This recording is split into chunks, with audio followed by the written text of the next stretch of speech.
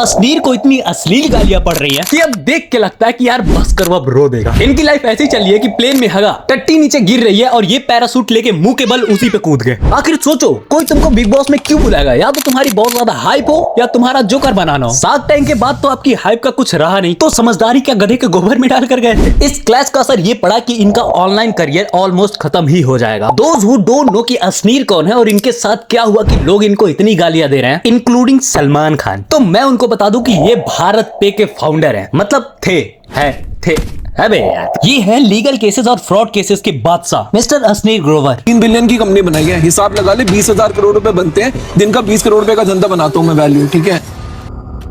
2 IITian के साथ मिलकर इन्होंने भारत पे की शुरुआत की, जो इनके सक्सेसफुल और जोकर बनने तक का रीजन बना। सक्सेसफुल इसलिए क्योंकि भारत पे ने एक्चुअल में जनता की प्रॉब्लम सॉल्व की थी। जहां अदर पेमेंट ऐप पैसा भेजने का चार्ज काटते थे, वो यहाँ पर फ्री करते हैं। और जब फ्री सुना तो जनता का माथा ठनक गया, सीधा भागे भारत पे की ओर। भारत पे का सबसे बड़ा एडवांटेज ये था कि इसे किसी भी स्कैनर पर यूज किया जा सकता था और बिना चार्जेस के। इन्हीं सब क्वालिटीज की वजह से भारत पे इंडिया में बहुत ज्यादा फेमस हो गया। पर असनीर को पॉपुलैरिटी मिली शार्क टैंक से।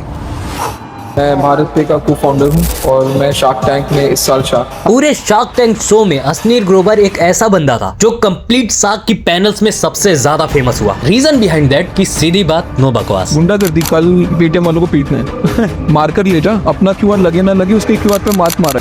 एक किसी एंटरप्रेन्योर में क्या देखते हो पैसा लगाने से पहले? मैं तो भूख देखता हूँ। मेरे में भूख लग रही है आपको? नहीं।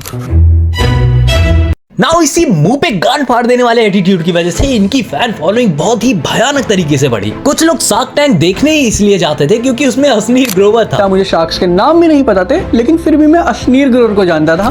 यही पॉपुलैरिटी इनके डाउनफॉल का कारण भी बनी। इनकी एक कंट्रोवर्सी हुई थी लोन के चक्कर में कोटक बैंक के एम्प्लॉयर के साथ। ये कंट्रोवर्सी हुई थी अक्टूबर 2021 में और शार्क टैंक शुरू हुआ दिसंबर 2021 में। ये कंट्रोवर्सी कोटक बैंक के एक एम्प्लॉय के साथ, जिसमें असनीर उस कर्मचारी को कॉल पर गंदी गालियां दे रहे थे। एंड गेस व्हाट, ये कॉल रिकॉर्ड हो रही। Please, sir, please calm down. Honestly saying,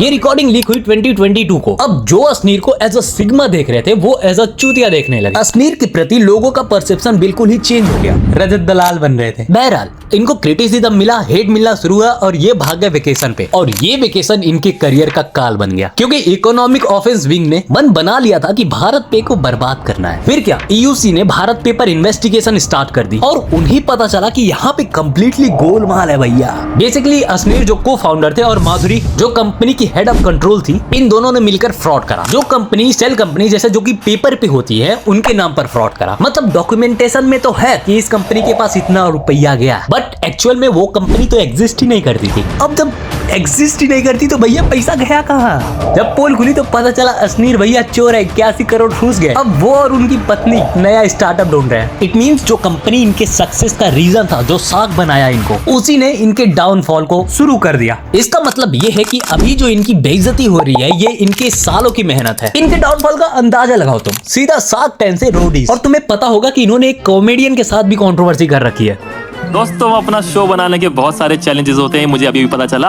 और पता ये चला कि ये जो हमने एपिसोड शूट किया था, इसके बाद हमें हमारे गेस्ट ने बताया कि ये वाले जोक्स वो बिल्कुल नहीं झेल पाए हैं। तो अब हमें बहुत सैडली उनका पूरा पार्ट काटना पड़ेगा और आप केवल वो वाला हिस्सा देख लीजिए, एंजॉय कर लीजिए, जिसमें हमने कॉमिक्स ने एक दूसरे पे जोक्स मारे हैं। और क्योंकि हम मतलब हिपोक्रेसी की भी सीमा होती है। जो आदमी अपने शो पर किसी भी बिजनेसमैन को कुछ भी बोल देता था, रोस्ट कर देता था, उससे जोक सहन नहीं हुए। इस आदमी का एपिसोड देखो, तुमको पता चलेगा कि ये आज कितना खुश होगा। ये जो प्रोडक्ट है ना, मतलब इससे वाहियात प्रोडक्ट मैंने जिंदगी में ना देखा है, ना मैं देखना चाहता हूँ। मेरे को भगवान उठा ले, इतना गंदा प्रोडक्ट है ये। इसके बाद मैं कुछ नहीं देखना चाहता। इल्यूमिनाटी बन रहे थे। जब अपनी बारी आई तो छोड़ो, लीगल केस कर देंगे। ये दोगलापन था और जनता को ये बात समझ में आई और जनता ने अपने हिसाब से प्यार देना शुरू कर दिया इनको। इन सब कंट्रोवर्सीज के साथ असनीर जी रहे थे। पता नहीं किस वक्त पे इनके दिमाग में ये आ गया कि इनको बिग बॉस जाना चाहिए। अश्लील मैंने आपको मेरे बारे में कहते हुए सुना है, इसको इतने में साइन कर लिया, उतने में साइन कर लिया, सब फिगर्स भी आपने गलत दे दिया, तो फिर ये दोगलापन क्या है? सर वो may be in the podcast did not come across correct. लेकिन जैसे ये है, हाँ जी। ये बराबर आ रहा है, अच्छी बात है, बराबर सर, सीख रहे हैं और मतलब। जिस हिसाब से अब आप बात कर रहे हैं, वो जो मैंने आपको वीडियो देखा है, ये आपका एटीट्यूड वो वहाँ पर नहीं था। मान जाएगा। फिर बोलता है कि आप अनुष्का को भी साथ में ले लो। मैंने बोला मैंने कौन से मान्यवर के नहीं सर, किसी की औकात ही नहीं है। मैं बोला किसी की औकात नहीं है। कह रहा हाँ जी किसी की औकात नहीं है। मैंने बोला एक काम कर, जितना तू मेरे को कोहली बेच रहा था ना, उसको डिवाइड बाय 2 कर, इस नंबर पे मेरे को 11 बाकी प्लेयर ला। मैंने कहीं तो पढ़ा कि ये सेटअप था पूरा, अश्नीर को वहां पे बुलाना ही बेइज्जती करने के लिए। देखो बिग बॉस के आगे कोई नहीं पहुंच सकता भाई टीआरपी के लिए, वो बहुत दिमाग देखो चलता अगर आपने ये पोर्ट्रे करके रखा है कि आप एक सिग्मा हैं और आप इंटरनेट पे कुछ भी किसी को भी बोल रहे हैं, तो जनता ये एक्सपेक्ट करेगी कि आप उसके सामने भी वैसा ही रिएक्ट करें जैसे वो पॉडकास्ट में कर रहे थे या फिर जहां पे बोला था वहां पे कर रहे थे। बट जब सलमान खान इनके सामने आए तो इनका रवैया बिल्कुल ही चेंज हो गया।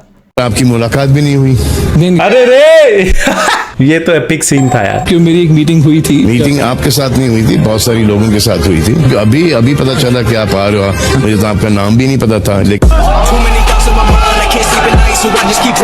पर अश्नीर ग्रोवर अपने हाथ को बांधकर एक अच्छे बच्चे की तरह खड़े होकर सब कुछ सुन रहे थे, जैसे कि इन्होंने कुछ पास्ट में बहुत गलत किया, जो कि किया भी था। विराट कोहली को भी बोला था इन्होंने कुछ। तो may be in the podcast did not come across correct. लेकिन जैसे ये है, हाँ जी। ये बराबर आ रहा अब है। इस बवाल के बाद कंट्रोवर्सी इतनी बढ़ गई है कि इनको अपने कमेंट्स तक डिसेबल करने पड़ रहे हैं। लोग इनको इनके दोगलापन की वजह से बहुत ही ज्यादा ट्रोल कर रहे हैं। देखो मैं ना ही इनको ट्रोल करना चाहता हूँ, ना ही इनको सपोर्ट करना चाहता हूँ। बस इन सब कंट्रोवर्सीज की वजह से इतना तो साफ हो चुका है कि इनका करियर बिल्कुल ही UK07 राइडर हो गया है। अब इनको भी इंटरनेट पे उतना ही भाव मिलेगा जितना उसको मिलता है। बिल्कुल नहीं, अनटिल और अनलेस कि ये कुछ अच्छा कर देते हैं अपने लिए या फिर लोगों के लिए। बट दिस टाइम डाटा यही बताते हैं कि इनकी लग चुकी है। देखो इससे यही पता चलता है कि या तो अश्नीर भूल चुके थे कि उन्होंने सलमान खान को क्या बोला था पास्ट में, या फिर ये इतने बेवकूफ हैं कि बिग बॉस की स्ट्रैटेजी नहीं समझते। ना ही आप वायरल है, ना ही आप फीड में दिखते हैं, तो क्यों बुलाएगा बिग बॉस? क्योंकि उन्हें पता था कि आपने कुछ बोला है तो मैं सलमान खान को